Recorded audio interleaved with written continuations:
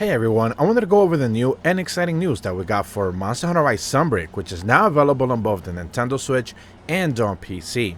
And today we're going to be checking out the fact that Capcom went ahead and dropped a brand new patch into the game that is actually live right now. This is applicable for both Steam versions and the Nintendo Switch version. Of course, Steam automatically updates the game whenever you try to boot it up. But on the Nintendo Switch, you actually have to press the plus button, I think. And then you have to go to software update and manually update the game. Unless you're actually booting up from scratch, which is then going to prompt you if you wish to upgrade before you actually start the game. But when we check out the patch notes, we're going to see that there's a lot of bug fixes this time around, especially the ones regarding insect glaives, where the game was simply crashing altogether whenever they were trying to do specific moves with the insect glaive. So they seem to have addressed that and a couple of other things. We did also get confirmation that there were some glitches with some saves and some downloadable purchasable DLC, but we don't necessarily know if they had addressed that so far up until now. So first and foremost, in the bug fixes and balance adjustments areas in the players, they do mention that they fixed a bug causing your Palico's support moves to change randomly when teaching them a certain secret support move. Now this is something that I went over before. Basically, if you had one of the new secret support moves, I believe two of them were like the lottery one, the lottery box I think it's called, that one was basically making it so your Palico would learn random abilities instead of the ones that they already had.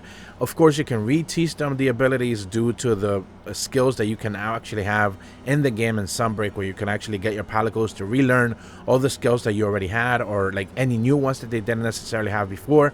But this was a glitch that they finally went ahead and addressed. They also mentioned that they fixed a bug preventing the reload rating lowered by 2 levels from recovering if you remove the elemental reload switch skill after performing a specific set of actions with the light bowgun. And they put in parentheses, we've also confirmed the bug in the reload display under equipment information, and this will be addressed in the future update. So this one is only really going to apply if you're using elemental reload, which I don't know why anyone would. I don't think that's a really good skill. Most people just stick with the basic reload, so the elemental one is not necessarily all that popular.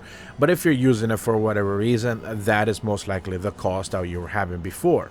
When it comes to monsters, they do mention that they fixed a bug causing the game to shut down when performing a specific string of attacks using the Insect Glaive's Kinsect bonus Booster Powder Extract on Raknikadaki or Pyraknikadaki, and I just mentioned this at the top of the video. This was the ongoing glitch that was basically crashing the game entirely for some people, and it was widely reported. It was something that Insect Glaives users were reporting quite often, specifically on Twitter. Capcom made it aware that they were fully onto it and they were going to look into fixing it, and they basically addressed it just now with this 10.0.3 patch. When it comes to locales and environments, they mentioned that they fixed a bug in dialogue with the Buddy Scout regarding newly added buddy skills that was aimed at all players instead of just only affected players. So this one is pretty much just a legible kind of issue. They went ahead and addressed that. Not that big of a deal. I don't think it was really game breaking in any way, shape, or form. When it comes to quests, however, they do mention that for A1 stars and A2 quests, the health for all monsters and the attack power for some monsters has been adjusted. What that usually means is that basically they have been made a little bit easier because people were just constantly wiping on those specific quests.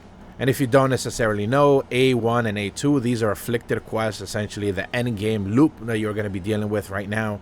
Afflicted monsters are extremely tough. If they're basically saying that they adjusted health, I think it was something that I read on the lines of Tobi Kadachi has 88,000 health or something like that, and then it multiplies by 3 whenever you have 4 players online, so it just gets ridiculously high up there. Basically just making hunts last way too longer than they actually should. Probably the 15-minute cap they usually are used to is now 20 to 25 if you don't really have a high-powered team, and people were not necessarily too thrilled about that. A lot of reviews even mentioned this, the fact that the game was endgame monsters feel very tanky and spongy, and hopefully they're addressing some of those issues going forward. When it comes to base and facilities, they do mention that on the Nintendo Switch specifically, they fixed a bug where very occasionally causing the game to freeze after using the lottery with an amiibo. Now, if you were lucky enough to get your hands on the amiibos to begin with, congratulations. And if you actually ran into this glitch, that's a shame, but the fact that you actually got the Sunbreak amiibos, pretty cool, because a lot of people certainly have not been able to get their hands on them unless you actually imported them. Here in North America, I believe the North American amiibos have still not gone up on GameStop. They're not available in any store or anything like that. The only ones that I know people have were the Malzeno ones, because those came in the collector's edition, and even the collector's edition sold out on day one. So, you know, if you were lucky you even get your hands on those, you know, it is what it is.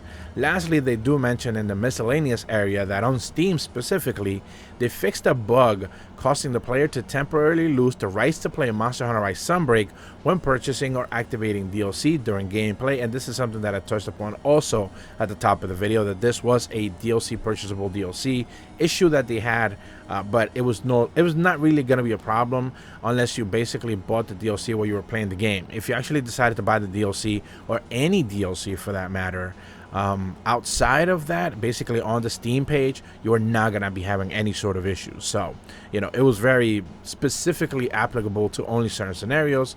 And the last thing that they do mention is that other miscellaneous bug fixes have been made. This is kind of like a throwaway line that they always put in every patch notes, basically saying we would address other things, but they're not relevant enough for us to actually mention, therefore don't bother. So, you know, it is what it is. But that's about all the information that I wanted to go over. This was a really quick hot fix patch that they dropped, 10.0.3, which is now live on Nintendo Switch and on Steam. If you're brand new to my channel, be sure to leave a like and subscribe. Hit the bell to receive notifications when the videos go up. And as always, thank you so much for watching. See ya.